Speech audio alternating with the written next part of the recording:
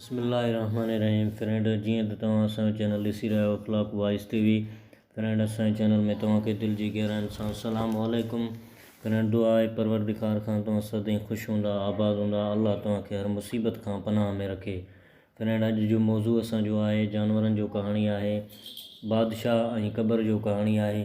Friend, अगरि video असांजो तव्हांखे सुठो लॻे त वीडियो खे लाइक कंदा ऐं चैनल खे सब्सक्राइब कंदा ऐं बेल आइकन खे ऑल कंदा, जीअं हर अचण वारी नई नोटिफिकेशन तव्हां वटि पहुची वञे। फ्रेंड, अगरि तव्हांखे वीडियो सुठो लॻे त फ्रेंड असांखे कॉमेंट में ज़रूरु ॿुधाईंदा। असांजो जो मौज़ू आहे बादशाह ऐं क़बर। हिकिड़ो बादशाह हो जंहिंजी महलात जे अङण में हिकिड़ो वणु पैदा थियो हो।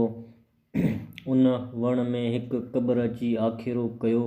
क़बर खे हिकु ॾींहुं किथां को पैसो हथु आयो। उहो खणी आखेरे वटि अची चवणु लॻो, आउं बादशाह खां शाहूकार बादशाह खां शाहूकार आहियां। हर रोज़ु उन जी उहा किरत थी पई।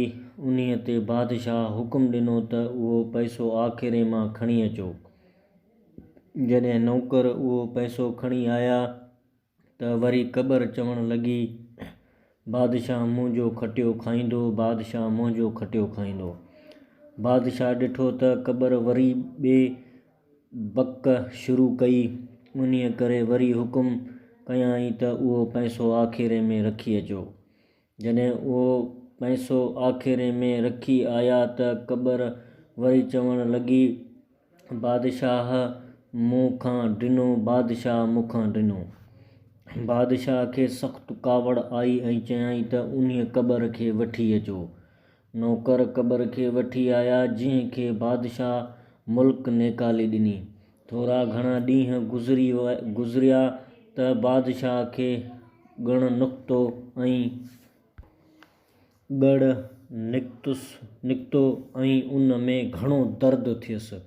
ख़्यालु कयाईं त शायदि क़बर जी पिट लॻी आहे, सो क़बर खे मुल्क में अचण जी इजाज़त ॾिनाई। ऐं जंहिं ॾींहुं बादशाह उहो ॻड़ कपरायो, तंहिं ॾींहुं क़बर बि जीअरे जाॻंदे चङी भली सही सलामत अची उते पहुती ऐं हू चवणु लॻी त बादशाह ॻोढ़े फोड़ाई, क़बर सही सलामत आई।